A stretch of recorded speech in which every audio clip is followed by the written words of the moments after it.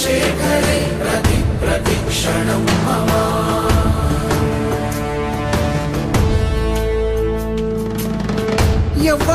ఎవ్వడంట నిన్ను ఎత్తుకుంది, ఏ తల్లికి పుట్టాడో ఈ నంది కాని నంది.